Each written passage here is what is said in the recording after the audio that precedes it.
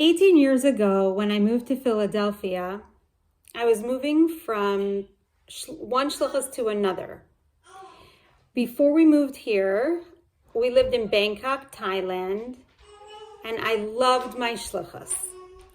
I had friends, we were close, I had neighbors, and it was a tiny little community. Obviously, most of our work was with the tourists, but I loved my shlichus. And when I moved to Philadelphia, everybody was so far from each other. And I didn't have the kind of friendships that I had in Thailand. I didn't have the group of friends. We were also scattered. And so I used to often write to the Rebbe how much I feel so alone, so lonely. And I remember during that time, I would listen to the sichos of the Rebbe while I would drive my kids to school, or I would just be in the car. And I remember a sicha that the Rebbe said, if a yid feels alone or thinks he's alone, it's actually just a thought. He thinks he's alone because in truth, there is no such thing. A yid is never alone. A chassid is never alone because the Rebbe is always with him. And that was something that I really had to deal with a lot during the course of my shlichus for many years, that feeling of loneliness. Because even though we're always working with people all the time, they're still not your friends, and you can't exactly share with them. You can't complain about your husband, who's the rabbi, or complain about your kids, because you always have to give a good impression that really everything's good, everything's under control, and because you're the leader and you're the example. And even in my work as a director in preschool, I'm not only a teacher in the preschool, I'm the director. So with my coworkers, I can be nice and friendly, but there's also a limit to the level of how much I can really be a friend.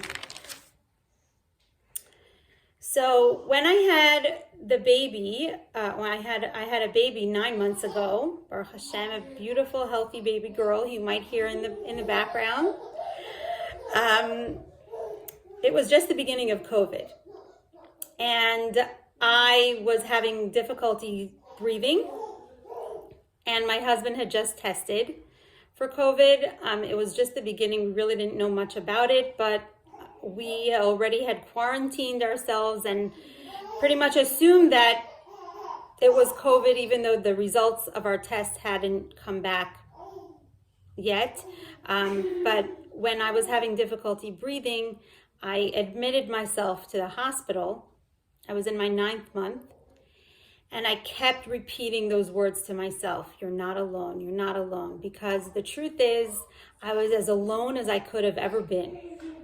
I was so alone. Even the doctors and the nurses, they were so afraid of you. They stood 6 feet away from you. You were alone in the room as much as possible, and they would come in just for the bare minimum. They would come in covered in, like, from head to toe with protective gear. That things that we're used to now was completely strange to me then. And with the face shields and the masks and the hazmat, like the plastic gown, and they'd stand. They were so afraid to almost talk to you. But I knew that I was not alone. I knew that my family was with me, that the family of shluchim were with me, and even when I was admitted to a special room, a low pressure room, and given oxygen, and then induced into labor, all again on my own, I kept getting voice messages, text messages, WhatsApp messages from friends, from family, from koshluchais. Everyone was davening for me, asking how I was doing. And I could see that it was true, that a yid is never alone. A chassid is never alone.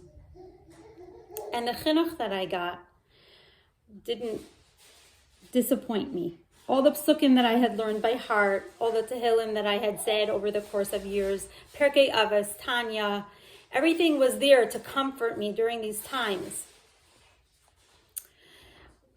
Even when I was having an epidural and it only worked on one side of my body and I was in the most excruciating pain that I had ever been before. The psukim that stood in my head were Vayamid Pinchas Vayipalel V'Teyatzar HaMagefa and Echad Sheyoshev V'Isaac B'Torah HaKadosh Baruch Hu Kaveh L'Ischar Shenemar Yeshe Badad V'Yidayim Kinatal Alav. Loneliness, pandemics are not things that are pleasant. They're not things that we want in our lives.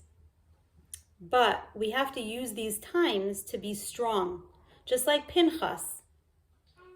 We can't be afraid of ourselves, shy of ourselves, to think that we don't deserve to be something, to be the hero of the story. But we have to take whatever opportunities we're given, even though we don't choose them. When we know what we need to do, then we need to do it, and we need to illuminate our surroundings and overcome our personal challenges. And at the same time to know that Yeshev Badad, being alone, is not the natural order of things. We are sociable people. We need to be sociable. We need to be amongst each other. We have a need to hug each other and to be friends and to be together. But sometimes there are times that we have to be quarantined or isolated. And what does the pasuk tell us in Koheles? It says, Yeshe Badad V'Yidayim. We have to accept it quietly and wait. Kinatal Alav, because surely the schar is going to come. It's waiting for us. It's around the bend. It's going to be there. And Baruch Hashem, I was zeicha to see the end of that pasuk, Kinatal Alav.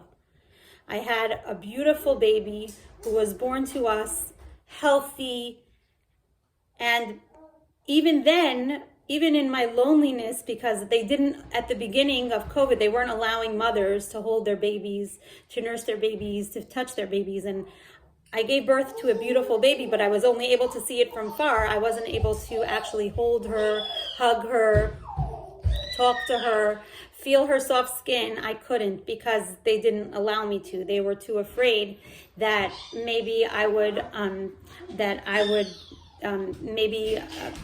spread COVID to her. So a fellow shlucha, took the baby for me and took care of her for the first 10 days of her life, and did it with such graciousness and kindness that we will forever feel indebted to her.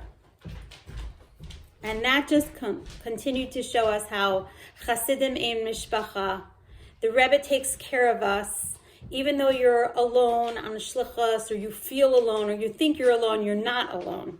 There is no such thing as a shlicha or a chassid of the Rebbe alone.